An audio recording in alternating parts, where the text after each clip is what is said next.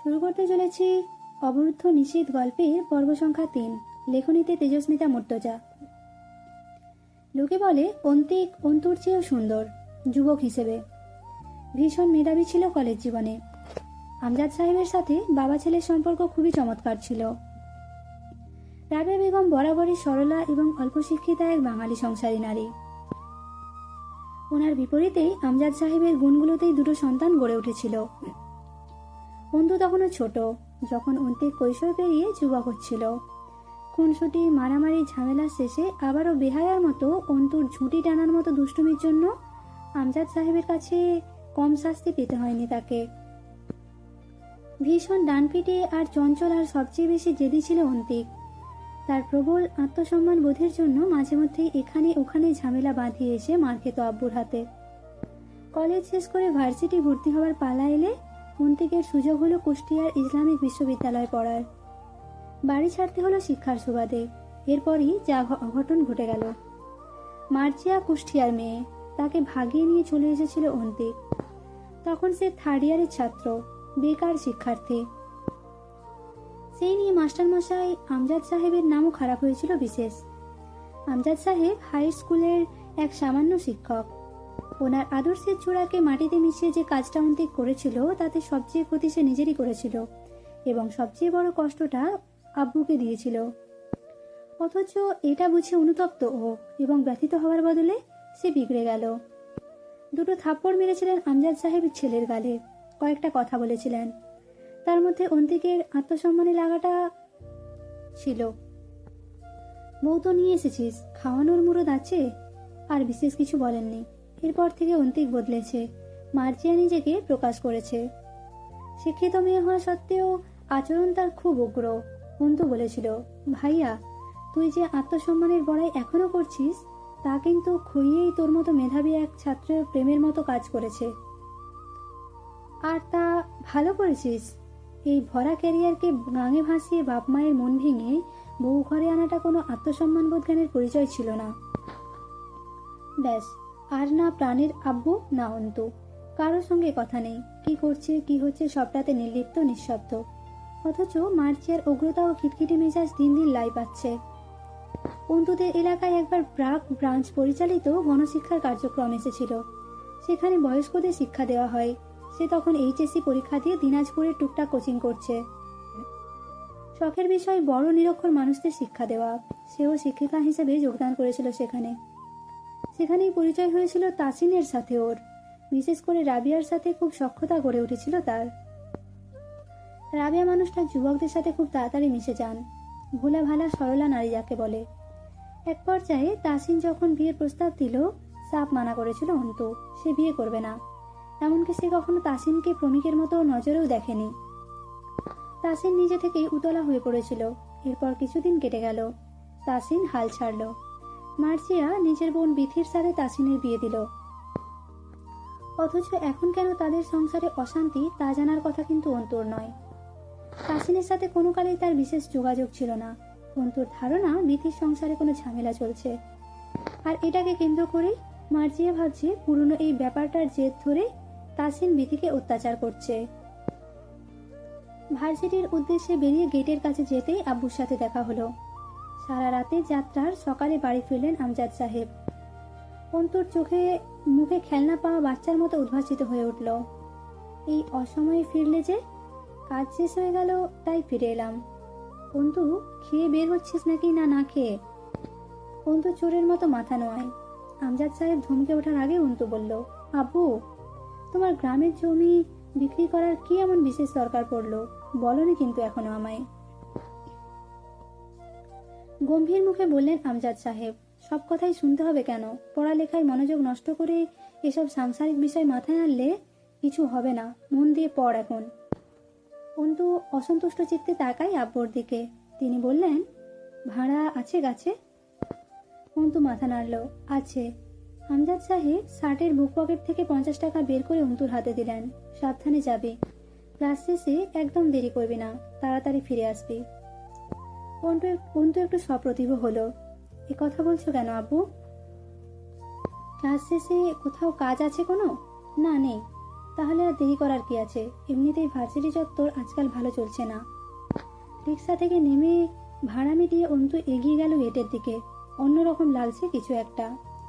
জটলা পাকানো লোকজন ক্যাম্পাসে, এক স্থানে চেয়ার ও বেঞ্চি পাতা। জয় বসে আছে পায়ের ওপর পা তুলে, পাশেই হামজা। দুজনের পরনেই সাদা পাঞ্জাবি, বসে বসে ঠ্যাং দুলাচ্ছে দুইজন। নভেম্বরের মাঝের সময়টা, শাল জড়ানো গায়ে, দুজনকে ঘিরে দাঁড়িয়ে আছে ছাত্র সংগঠনের ছেলেরা। মহান দুই ব্যক্তির পাশে দাঁড়ানোর সুযোগ পেয়ে ব্যাপক ধন্য তারা। হামজা স্বভাবসুলভ গম্ভীর মুখে বসে আছে। জয় এদিক ওদিক তাকাচ্ছে, স্থির থাকার স্বভাব তার কোনো কালেই নেই। শঙ্কিত মুখ নিয়ে ভিড় ঠেলে ঠুলে একটু ভেতরে ঢুকলো অন্তু। জীর্ণ একটা ময়লা কাপড়ে ঢাকা কোনো মেয়ের শোয়ানো দেহ মাঠের ঘাসের উপর পড়ে আছে। সেই মুহূর্তে কারো ধাক্কা একটু পিছিয়ে এলো অন্তু। মেয়েটা কি আঁখি? বুকের রক্ত ছলকে উঠল অন্তর। সালমা খালার মেয়েটা এত সুন্দর, অভিশাপে ঝরে পড়া চাঁদের এক টুকরো বুঝি? ঘন চোখের পাপড়ি যেন এখনই ঝাপটে উঠবে। সেই সুন্দর মুখখানা বিবর্ণ, খামচির দাগে ভর্তি, ঠোঁটের কোণেই রক্ত জমাট বেঁধে শক্ত হয়ে গেছে। কালসেটে ধারণ করেছে, গাছি গাছি চুল উঠিয়ে ফেলা হয়েছে। বাকি দেহটা এক টুকরো কাপড়ে ঢাকা। সেই কাপড়টুকুর নিচে এতগুলো মানুষের ভিড়ে কোনো এক নগ্ন মেয়ের দেহ পড়ে আছে। অন্তুর মনে হলো সে মানসিক ভারসাম্য হারিয়ে ফেলছে, যার ফলে শরীরটা ভার ছেড়ে দিতে চাইছে। তখন কেউ ধমকে উঠল অন্তুকে, পেছনে সরে দাঁড়ান, এত কাছে এসে দাঁড়াবেন না, সরুন, পিছিয়ে যান। স্পষ্ট বিন্যস্ত ভাষা, ভরাট আদেশমূলক কণ্ঠস্বর। কালচে খয়েরি ইনসার্টে একটা ফর্সার মতো পুরুষ। অন্তুকে উপেক্ষা করে হাতা গোটাতে গোটাতে গিয়ে লাশের মাথার কাছে বসলো। ইন্সপেক্টর রশি ডাকলো তাকে। মুস্তাকিন, মুস্তাকিন, আপনার ফোন বাজছে।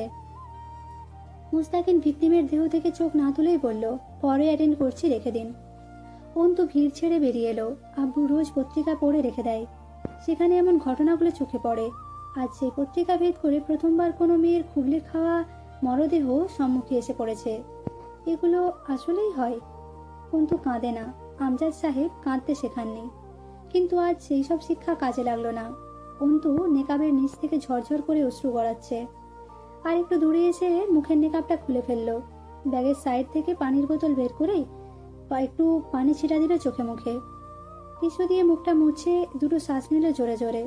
থমকালো নিজেকে। আশ্চর্য, এত ভঙ্গুর হয়ে পড়ছো কেন তুমি অন্তু? তুমি তো এমন নও। কোথা থেকে যেন সালমা খালা বুক চাপড়ে আহাজারি করতে করতে ছুটে এসে ধপ করে বসে পড়লেন মেয়ের লাশের পাশে মাটিতে। অন্তুর চোখ বোধ হয় আবারও ভরে উঠছে। সে নিজের ওপরই রাগিয়ে উঠল। কি মুসিবত! এভাবে ভেঙে পড়লে জীবনকে মোকাবেলা করবে কিভাবে? কিসের মোকাবেলা? ওই তো একটা মেয়ের ছিন্ন ভিন্ন লাশ পড়ে আছে মাঠের ওপর। অন্তুও তো মেয়ে, তাই না? জঙ্গলের জানোয়াররা কবে যে মানুষের মতো রূপ ধারণ করে মানুষের সমাজে বাস করতে লেগে পড়েছে, তাদের মোকাবেলা করতে ভঙ্গুর হলে চলবে কেন? সালমা খালাকে সামলাতে যে নারীটি ছুটে এসেছিল, অন্তুর চোখ আটকালো তার ওপর। পরনে বিবর্ণ শাড়ি, মুখটাও মলিন, অথচ সেই মুখের সৌন্দর্য অসামান্য। এদের চেহারার আভিজাত্য মিলছে না পরিস্থিতির সঙ্গে। কে করেছে এসব? জয়, হামজা? তাদের কথায় প্রথমে মাথায় এলো অন্তুর। কিন্তু তা উচিত নয়। অন্তু টের পেল এমনটা হবার একটা কারণ আছে। সে আজ কয়েকদিন যাবৎ এই দুটো নামে আতঙ্কিত বলেই এমন হয়েছে। শাড়ি পরা নারীটি চাঁদনি, আঁখির ভাবি। মুস্তাকিন তাকে বলল, আপনারা ওনাকে ভিকটিমের কাছ থেকে দূরে নিয়ে যান, আমাদের কাজ করতে দিন। এই স্পটে আপনারা না ঢুকলে সুবিধা হয়। চাঁদনি চোখে কেমন অদ্ভুত রহস্য, যে রহস্যটাও এক প্রকার যেন রহস্য। সে কাঁদছে না, একটুও না, অথচ অপলক চেয়ে আছে নিথর চোখে চাঁদ আঁখির মুখের দিকে। সেই চোখের ভাষা অবর্ণনীয়। অন্তুর মনে হলো মুস্তাকিন লোকটা কসাই টাইপের। এমনিতেও সরকারি কর্মকর্তারা অবশ্য তাই হয়। মুস্তাকিন একটু আঁখির ভাই সোহেলকে ডাকলো। সোহেল এক দৃষ্টে বোনের লাশের দিকে তাকিয়ে আছে, তার চোখে পানি নেই। সেও শুধু তাকিয়ে আছে। মুস্তাকিনের ডাকে এগিয়ে গেল। মুস্তাকিন কোনো রকম শিরোনাম ছাড়া প্রশ্ন করল, কবে ফিরেছেন দেশে? সোহেল আনমনে ছিল, একটু ছাড়া মারলো যেন নিজেকে। হ্যাঁ, এই তো 4 দিন হলো। কোন দেশে থাকতেন আপনি? দুবাই। কি কাজ করতেন সেখানে? রাজমিস্ত্রি আর স্যাটারিং এর কাজ করতাম। আখিকে লাস্ট কবে দেখা গিয়েছিল বাড়িতে? খানিকক্ষণ চুপচাপ মাটির দিকে তাকিয়ে থেকেই বলল, চাঁদনি বলে সপ্তাহখানেক আগে। নিজেদের সামলান এবং আমাদের সাহায্য করুন তদন্তের কাজে। এভাবে কান্নাকাটি করে কোনো রকম বিচার পাবেন বলে মনে হয় না। শক্ত করুন নিজেদের। এক প্রকার ভয় খেলে গেল সোহেলের চেহারায়। না স্যার, কোনো বিচার লাগবে না তো। আমরা কোনো বিচার চাই না। আপনি খালি আমার বোনের লাশ দেন, বাড়ি নিয়ে যাই। কারোর বিরুদ্ধে অভিযোগ নাই আমাদের। মুস্তাকিন ঠোঁটে ঠোঁট গুঁজে নিচে তাকালো। কেউ হুমকি দিয়েছে আপনাদের? সোহেল মাথা নাড়ল। না না, হুমকি দিবে কে? তাদের কথোপকথন ছাত্রছাত্রীরা শুনছিল। মুস্তাকিন দূর থেকে জয় ও হামজার দিকে তাকিয়ে জিজ্ঞেস করল, কাউকে কি সন্দেহ করছেন? সোহেল আবারও দ্রুত মাথা নাড়ল। না। কণ্ঠস্বরে প্রাণ নেই, নিষ্প্রভ গলার স্বর। মুস্তাকিন বাম হাত পকেটে গুঁজে পড়ল, ঈশা থেকে শুনছি সকলের ধারণা কাজটা পাটোয়ারি পরিবারের দুই ছেলে করেছে। আপনাদেরও কি তাই ধারণা? সোহেল দ্রুত জবাব দিল, না না স্যার, ওনারা কেন এইসব করবেন? ওনারা তো সব ঠিক করে দিতে চাইছিলেন। আমরাই উঠে নাই বাড়ি থেকে। এখন চলে যাব, ঝামেলা মিটে যাবে। অগোছালো অযাচিত কথা সোহেলের। বোনের মরদেহ পড়ে আছে বিশ্ববিদ্যালয় প্রাঙ্গণে। তারা বাড়ি খালি করার স্বীকারোক্তি দিচ্ছে। চরম ঘাপলা বিষয়টাই সেটা বোঝাই যাচ্ছে। আবার সহজও বলা চলে। খুব বেশি ভয় পেয়েছে হয়তো, অথবা কিছু লুকানোর চেষ্টা, অথবা গা বাঁচানোর চেষ্টা। মেয়েটা গণধর্ষণের শিকার, এবং ধর্ষণটা অপ্রকৃতিস্থ কারো দ্বারা সংগঠিত হয়েছে। আখির দেহ তাই বলছে। মুস্তাকিন গিয়ে হাঁটু হাঁচ করে অবু হয়ে বসলো চাঁদনির পাশে। জিজ্ঞেস করলো, আখি কবে থেকে নিখোঁজ ছিল? চাঁদনি ঘরমাক্ত মুখটা মুছল মরিন শাড়ির আঁচল দিয়ে। সপ্তাহখানেক আগে। দুপুরে স্কুল থেকে বাড়ি আসছে। টেস্ট পরীক্ষা চলতেছিল এসএসসির। বিকালে বাইর হয়ে গেল কোচিংয়ে যাওয়ার জন্য। এই তো ফিরে আসছে স্যার। অন্তুর কলিজায় মনে হলো সজোরে একটা তীর তীব্র বেগে গেঁথে গেল। এই তো ফিরে আসছে স্যার। মুস্তাকিন উঠে গিয়ে রশিদকে ডাকলো, এদিকে আসুন তো। জি স্যার। রশিদ এগিয়ে এলো। মুস্তাকিন তার হাত থেকে ফোনটা নিতে নিতে বলল, যত দ্রুত সম্ভব তদন্তের কাজ শুরু করুন। বডিটাকে ফরেন্সিক ল্যাবে পাঠাবার ব্যবস্থা করুন, as soon as possible. Rashid মাথা নাড়ল, আবার বলল, কিন্তু স্যার, গার্জিয়ানরা তো লাশ বাড়ি নিতে চাচ্ছে, খুব জিদ ধরে আছে। কোনোভাবেই তারা লাশটাকে কাটাছেঁড়া করতে দেওয়া রাজি হচ্ছেন না। আপনি একটু কথা বলুন না ওদের সঙ্গে। মুস্তাকিন মাথা নাড়ল, আচ্ছা বলছি, দ্রুত করুন। ক্যাম্পাসে লোক জড়ো হচ্ছে, একটা হাঙ্গামা হবার চান্স আছে। তার আগেই বডি ট্রান্সফার করুন মর্গে। কখন কে জানে জনতার মাঝে বিক্ষোভ জেগে ওঠে। প্রফেসর এগিয়ে এলেন মোস্তাকিনের দিকে, হাত বাড়িয়ে হ্যান্ডশেক করলেন মোস্তাকিনের সঙ্গে। আমি প্রিন্সিপাল ইউসুফ সিরাজি। মুস্তাকিন মাথা নাড়ল। সৈয়দ মুস্তাকিন মহান, investigator, police bureau of investigation, PBI department. Professor রশিদের সঙ্গে হাত মেলানেন। রশিদ নিজের পরিচয় দিল, রশিদ আলম, ইন্সপেক্টর অব থানা পুলিশ। প্রফেসর দুঃখ প্রকাশ করলেন। কি যে হচ্ছে ভার্সিটিতে আজকাল, ছেলেমেয়েরা আতঙ্কিত। কারা এসব করেছে কে জানে। মুস্তাকিন কথার মাঝখানেই ফোন কানে ধরে অন্যদিকে চলে গেল। রশিদ প্রফেসর কথায় অনিচ্ছাকৃত হুঁ হ্যাঁ ঘাড় নাড়তে থাকলো। মুস্তাকিনকে দেখে হামজা উঠে দাঁড়িয়ে হ্যান্ডশেক করলো। জয় কোনো মতে ফোন থেকে মাথা তুলল। Good job officer. মুস্তাকিন সামান্য হাসলো অদ্ভুত ভঙ্গিতে, থ্যাংক ইউ। এরপর হুট করেই বলল, লোকে আপনাদের উপর আঙুল তুলছে, আপনাদের কি খেয়াল? হামজা হাসলো, আপনি তুলছেন না আঙুল? আমি আমজনতার থেকে খানিকটা আলাদা, বলা চলে নিজের পেশার খাতিরেই। প্রমাণ ছাড়া আঙুল তুললে চাকরি থাকবে না। চোখ মারল হামজাকে মুস্তাকিন। হামজা ছেলেদের চলে যেতে ইশারা করে। সালমা কাঁদছেন, জোরে জোরে কাঁদছেন বুক চাপড়ে।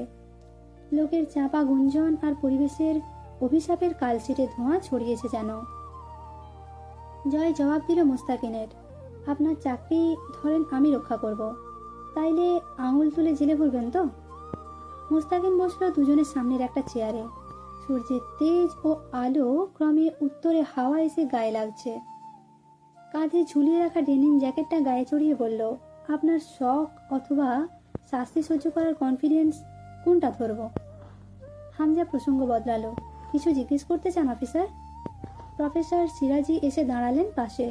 মুস্তাকিন এবার সরাসরি কথাই এলো, আপনারা আমাদের ডেকেছেন সকাল 8টায়, তাহলে এখানে লাশ ফেলে রেখে যাওয়া হয়েছিল ঠিক কখন, সে ব্যাপারে কোনো ধারণা আছে?